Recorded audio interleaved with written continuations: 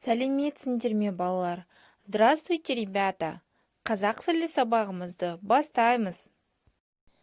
Сабақтың тақырыбы, тема урока: құстар біздің досымыз. Птицы наши друзья.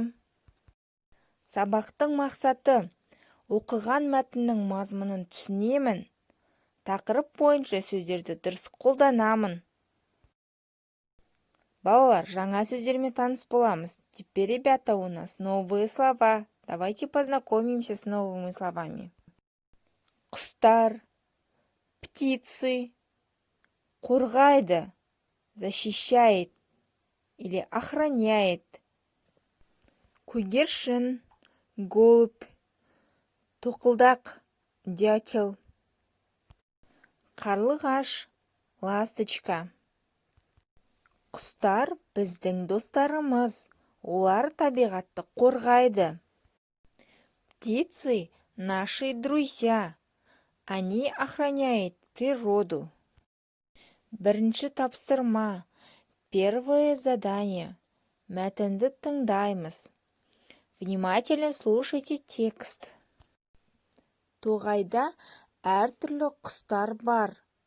В лесу обитают разные виды птиц.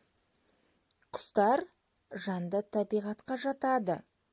Птицы относятся к живой природе. Құстар табиғатты қорғайды. Птицы охраняют природу.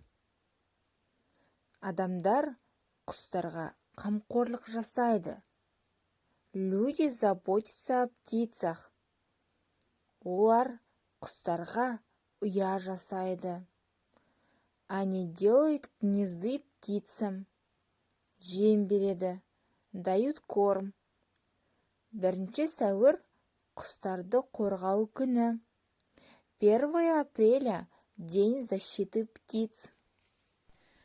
Мәтін бойынша тиісті сұрақтарды қойып жаз.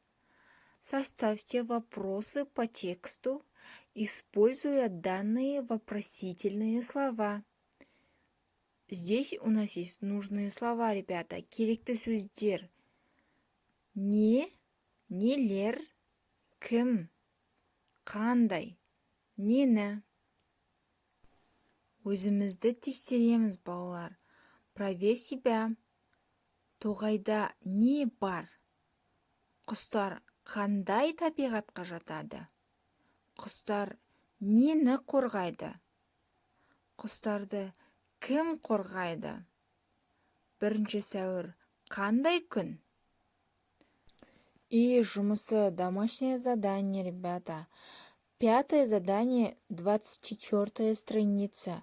5 тапсырма, 24 бет. Сау болыңдар, балалар. До свидания, дети.